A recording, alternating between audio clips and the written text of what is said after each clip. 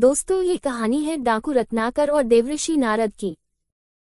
बहुत समय पहले की बात है। किसी राज्य में एक बड़े ही खूंखार डाकू का भय व्याप्त था। उस डाकू का नाम रत्नाकर था। वह अपने साथियों के साथ जंगल से गुजर रहे राहगीरों को लूटता और विरोध करने पर उनकी हत्या भी कर देता। एक बार देवऋषि नारद भी उन्हीं जंगलों से भगवान का जप करते हुए जा रहे थे। जब वे घने बिहरों में पहुँचे तभी उन्हें कुछ लोग विपरीत दिशा में भागते हुए दिखे। देवऋषि ने उनसे ऐसा करने का कारण पूछा तो सभी ने मार्ग में रत्नाकर के होने की बात बताई, पर बावजूद इसके देवऋषि आगे बढ़ने लगे। क्या आपको भय नहीं लगता?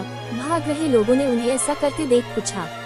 नहीं, मैं मानता ही नहीं कि मेरे अलावा यहाँ कोई और है, और भय तो हमेशा किसी और के होने से लगता है, स्वयं से नहीं। ऋषि ने ऐसा कहते हुए अपने कदम आगे बढ़ा दिए। कुछ ही दूर जाने पर डाकू रत्नाकर अपने साथियों के साथ उनके समक्ष आ पहुँचा। रत्नाकर बोले, नारद, मैं रत्नाकर हूँ। डाकू रत्नाकर। नारद मुस्कुराते हुए बोले, मैं नारद हूँ, देवऋषि नारद, तुम्हारा अतिथि और मैं निर्भय हूँ। क्या तुम निर्भय हो? रत्नाकर बोले, क्या मतलब है तुम्हारा?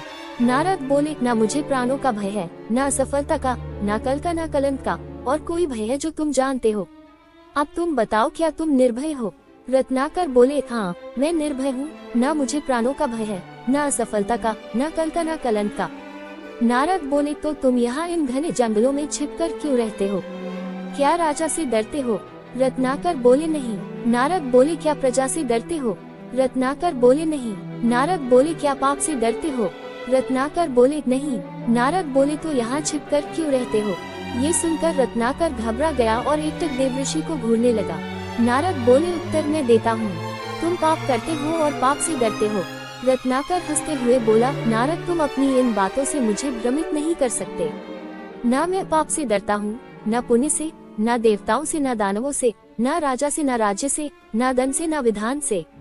मैंने राज्य के साथ द्रोह किया है, मैंने समाज के साथ द्रोह किया है, इसलिए मैं यहाँ इन बिहरों में रहता हूँ। ये प्रतिशोध है मेरा। नारद बोले, क्या था वो पाप जिससे तुम डरते हो? रत्नाकर बोले, मुझे इतना मत उकसाओ कि मैं तुम्हारी हत्या कर दूं। नारद, इतना तो मैं जान ही चुका हूँ कि पाप और पुण्य की परिभाषा हमेशा ताकतवर तय करते हैं और उसे कमजोरों पर थोपते हैं। मैंने साम्राज्यों का विस्तार देखा है, हत्या से, बल से, छल से। मैंने वाणिज्य का विस्तार देखा है, कपट से, अनीति से, अधर्म से। वो पाप नहीं था। मैं सैनिक था, दुष्ट और निर्दयी सौदागरों की भी रक्षा की, वो पाप नहीं था। युद्ध में हारे हुए लोगों की स्त्रियों के साथ पशुता का व्यवहार करने वाले सैनिकों की हत्या क्या की मैंने? मैं पापी हो गया। राजा, सेना और सेनापति का अपराधी हो गया मैं। क्या वो पाप था? नारद बोले, दूसरों का पाप अपने पाप को सही नहीं ठहरा सकता।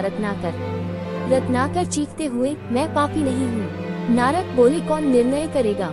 वो जो इस यात्रा में तुम्हारे साथ है या नहीं है। क्या तुम्हारी पत्नी, तुम्हारा पुत्र इस पाप में तुम्हारे साथ है? रत्नाकर बोले, हाँ, वो क्यों साथ नहीं होंगे? मैं जो ये सब करता हूँ उनके सुख के लिए ही तो करता हूँ।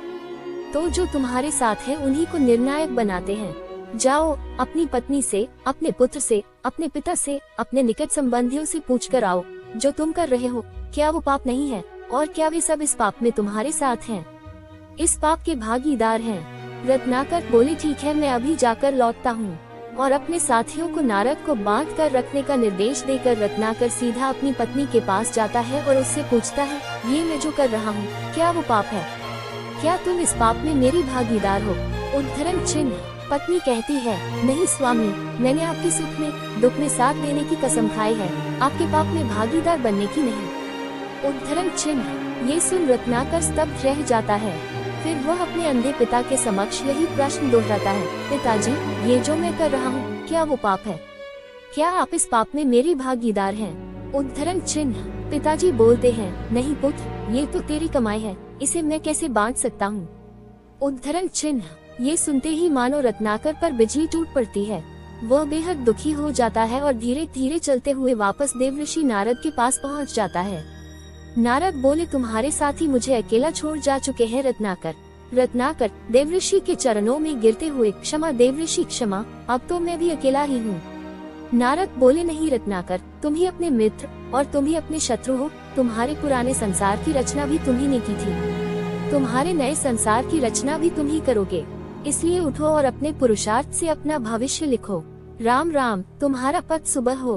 मित्रों, इस घटना के पश्चात डाकू रत्नाकर का जीवन पूरी तरह बदल गया। उसने पाप के मार्ग को त्याग पुण्य के मार्ग को अपनाया और आगे चलकर यही डाकू राम कथा का रचयिता महर्षि वाल्मीकि बना।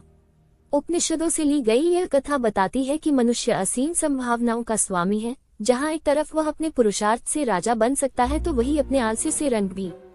वह अपने अविवेक से अपना नाश कर सकता है तो अपने विवेक से अपना निर्वाण भी। यानी हम सब अपने आप में महाशक्तिशाली हैं, पर हम में से ज्यादातर लोग पूरे जीवन काल में अपनी असीम शक्तियों का एक छोटा सा हिस्सा भी प्रयोग नहीं कर पाते। क्यों ना हम भी डाकू रत्नाकर की तरह सामान्यता को त्याग कर उत्कृष्टता की ओर बढ़ चलें। दोस्तों, इस चैनल पे आपको हर तरह की कहानी और स्टोरीज की वीडियोस मिलती रहेंगी, सो चैनल पे नए हो तो प्लीज सब्सक्राइब जरूर कर लें और साथ ही बेल आइकॉन प्रेस कर लें।